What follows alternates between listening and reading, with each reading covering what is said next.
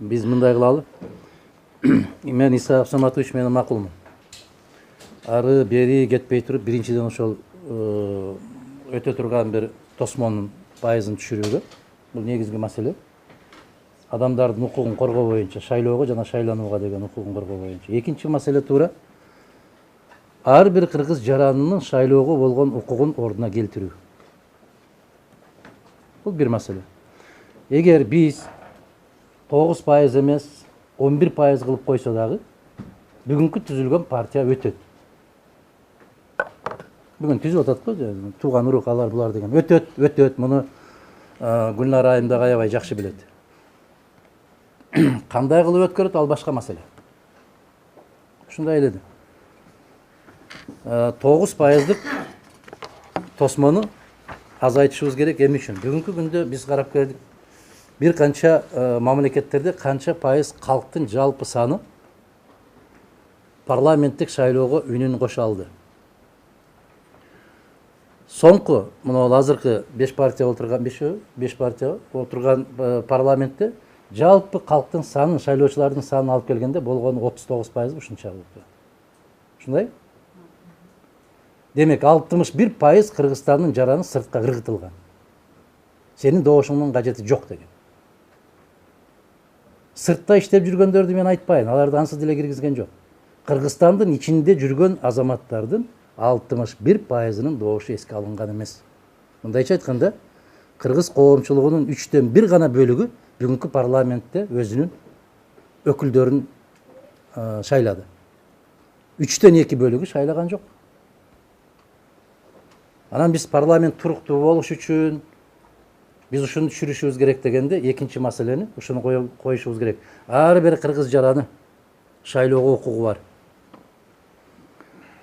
Алайда жашап аткан жигиттин же аксакалдын, бир кемпир чалдын тизмеси кеминден чыкпаш керек.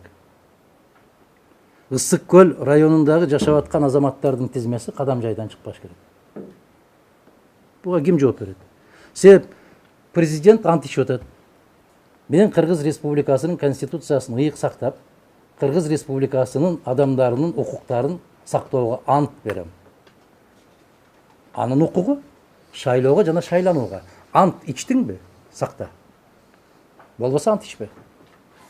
Жөнөкөй эле маселе. Бул жерге чоң бир эл аралык симпозиум, конференция өткөрүүнүн кереги жок.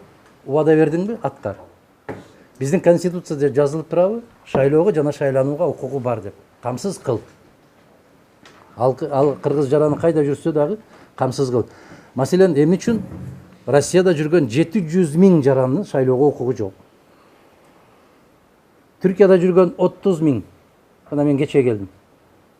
Ошол жакта биздин студенттер менен, жарандар менен жолугуп. Алар сурап атат, эмне үчүн биздин шайлоого укугубуз жок?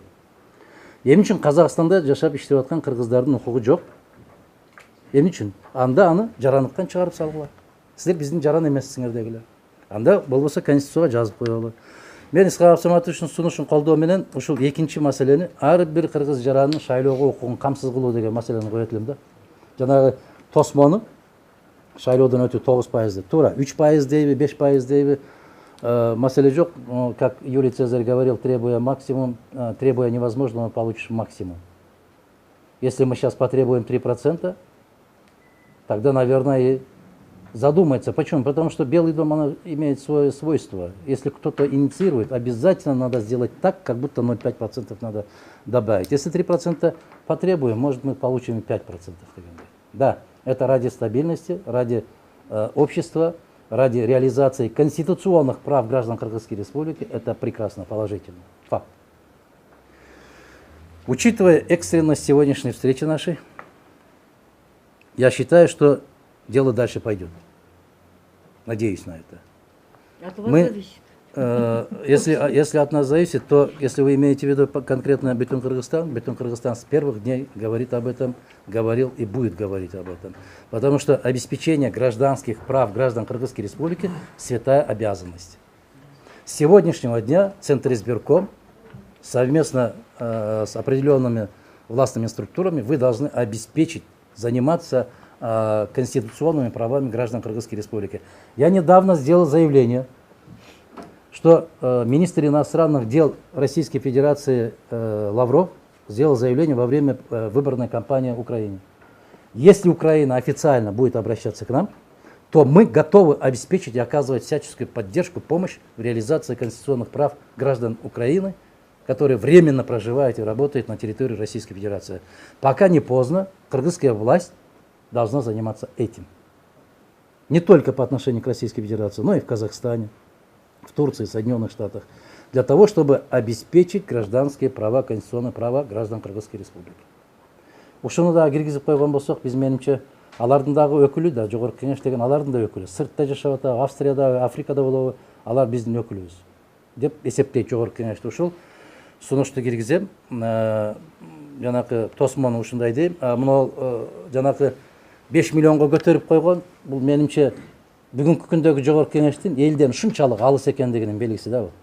Бул аябагандай каттуу жапайычылык. Болуп көрбөгөндөй, менин чөнтөгүмдө акчам бар, мен бара алам, сен унчукпа деген сөз да бул. Ой, чортаман, кайда баратасың деген эле суроо бул. Мындай түшүнгөн иши. Ак сөйөктөрдүн арасына кирбейсиң деген сөз. Мына ушул маселени, ушул 3 маселени койгон болсок, калгандарын анан жүрө-жүрө оңдоп, түздөп бара берсек болот. Рахмат.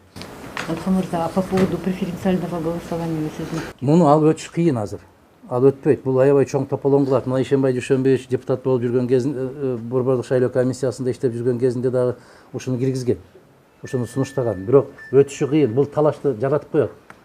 Биз шайлоочулардын санына жараша бөлөбүзбү? Же бир область, бир добуш дегендей принцип көтөбүзбү деп, бул 1 жылдан ашык кыргыз канча жыл жашаса ошончого созулуп кете турган маселе бул. Бүгүнкү күндө жана тосмону кыскартып, анан адамдардын шайлоого болгон укугун гана калыбына келтирип койсо, бул дагы бүгүнкү күндө бир аябай алдына жүргөн чоң кадам болмок. Ошондой болот деген ишенимдебиз, буюрса.